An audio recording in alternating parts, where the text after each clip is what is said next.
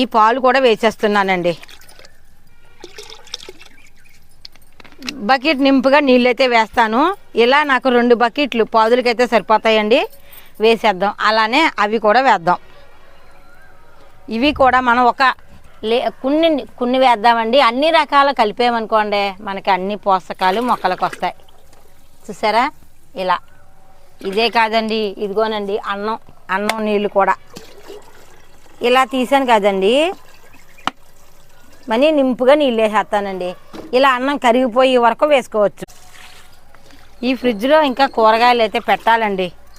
నేనైతే వేసవి అని 4 కూరగాయ తీగలని అయితే వేశాను, బీరపాదుల్ని.